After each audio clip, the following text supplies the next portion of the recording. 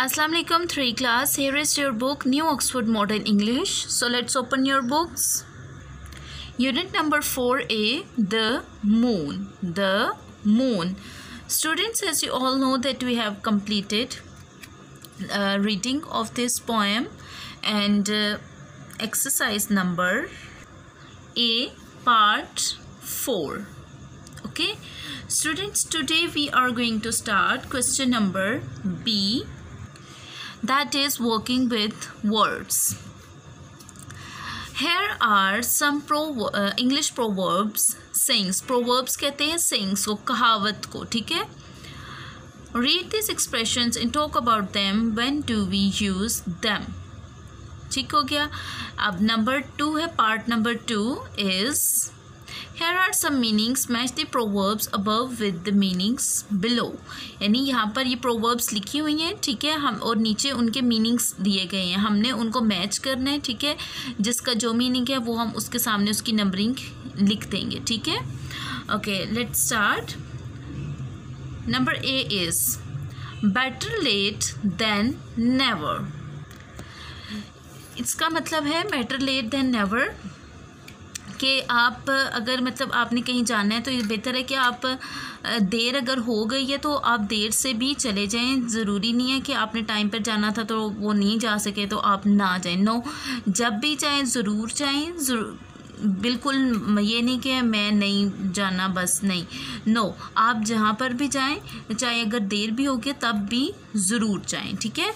यानी इसका जो मीनिंग है, meaning number B is it is better to come to something late than not at all. यानी कहीं देर से पहुंच जाना बेहतर है बजाय इसके कभी ना पहुंचने के, ठीक है. मतलब इसका ये भी है कि सम टाइम आप जल्दबाजी में जल्दी पहुंचने की कोशिश करते हैं, ठीक है. तो ये अक्सर आपने देखा होगा कि जब आप ड्राइव करते हैं तो बेहतर है कि आप कहीं किसी जगह पर लेट पहुंच जाएं. यानी आराम से आप जो है वो जाएं. अगर आप इस तरीके से जाएंगे तो देर से पहुंच जाएंगे, एटलीस्ट पहुंच तो जाएंगे ना. लेकिन अगर आप जल्दी में जाएंगे, तेज़ी से ड्राइव करते हुए, अगर खुदा ना खास्ता कोई एक्सीडेंट वगैरह हो जाए तो फिर तो आप कभी नहीं ना पहुंच सकेंगे, ठीक है. तो इसका ये मतलब है. Number B is never do things by halves. यानी कोई भी काम अधूरा नहीं छोड़ना चाहिए. यानी जो भी काम शुरू करें उसको एटलीस्ट पूरा करें. यानी E try to finish every part of a job. यानी अपने काम को मुकम्मल तौर पर ख़त्म करें. Next C is many hands make light work. यानी जब आप ज़्यादा टीम में काम करते हैं, कोई भी काम टीम में करेंगे तो वो जल्दी ख़त्म हो जाएगा, ठीक है. Number C if you have a lot of people to help your work gets done quickly. यानी अगर आपके पास लोग हैं आपकी हेल्प के लिए तो आपका काम जल्द से जल्द ख़त्म हो जाएगा. Next is number D a stitch in time saves 9. A stitch in time saves 9. इसका मीनिंग है जी number A if you repair something as soon as it gets bad it will save time later on. यानी अगर आप कोई काम जो time पर कर लेंगे, ठीक है, स्टिच इन टाइम यानी वक्त पर लगाया गया एक टांका 9 टांकों से बेहतर है, ठीक है. यानी अगर आप कोई काम या कोई चीज़ जो है वो टाइम पर रिपेयर कर लेंगे तो बेहतर है बजाय इसके कि बाद में अगर उसको पता चले उसका खराबी वगैरह तो उससे आपका टाइम ज़्यादा लगेगा, ठीक है. बेहतर है कि जो भी काम है वो आप टाइम पे ख़त्म करें. Next is number E too many cooks spoil the broth. Too many cooks spoil the broth.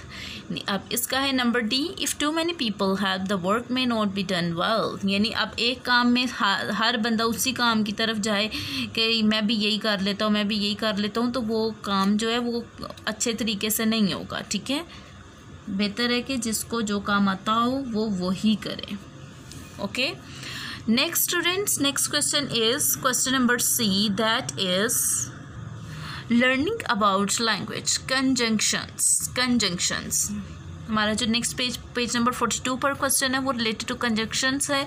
सबसे पहले हम देखेंगे कंजंक्शंस क्या होते हैं। Words that join other words और सेंटेंसेस आर कॉल्ड कंजंक्शंस, यानी ऐसे वर्ड्स जो दूसरे वर्ड के साथ, मतलब एक वर्ड को दूसरे वर्ड के साथ मिलाते हैं या एक सेंटेंस को दूसरे सेंटेंस के साथ मिलाते हैं, उन्हें हम क्या कहते हैं, conjunctions. Examples, black and white. अब ब्लैक एक वर्ड है, वाइट एक वर्ड है, तो इन दोनों वर्ड्स को किसने मिलाया, एंड ने। तो एंड क्या है, conjunction.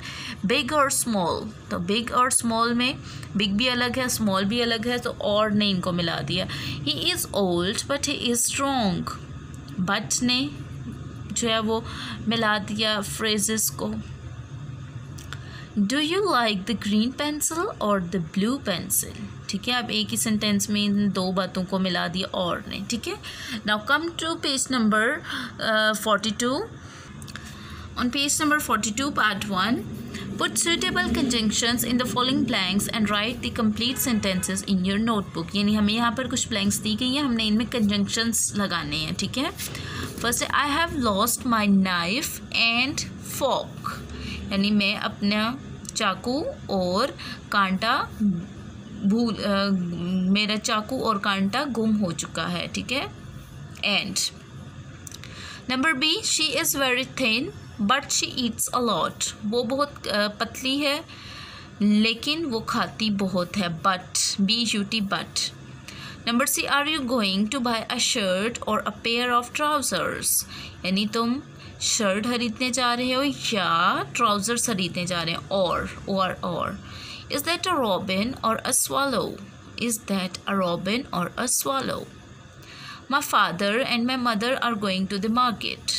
I can sing but I can't whistle. Whistle सीटी बजाना, ठीक है। मैं गा सकता हूँ लेकिन सीटी नहीं बजा सकता। Come to next part number 2. Complete the following sentences in your own words. Pay attention to the conjunction used. यानी यहाँ पर इनके लास्ट में कंजंक्शन यूज़ किए गए हैं, ठीक है। आपने ध्यान से इनको अपनी वर्डिंग में भी आप कर सकते हैं, नोट्स में वैसे ही क्वेश्चन सॉल्व है, ठीक है। But try to make new phrases, okay, यानी आप नए फ्रेजेस बनाने की कोशिश करें, ठीक हो गया। He is tall and thin but we visited them last Sunday but we shall buy it in the market, or we shall buy it in the market and we shall buy it in the market but। यानी देखिए एक ही sentence के साथ और and but, यानी हमने conjunctions के according अपने सेंटेंस को कंप्लीट करना है, ठीक है। ये आप लोग अपने नोट से डन करेंगे, ठीक है। स्टूडेंट्स, आपकी यूनिट 4A जो है वो कंप्लीट हो गई है। इंशाल्लाह नेक्स्ट लेक्चर में हम हमारे सिलेबस की लास्ट यूनिट स्टार्ट करेंगे। Okay students, take care and अल्लाह हाफ़िज़।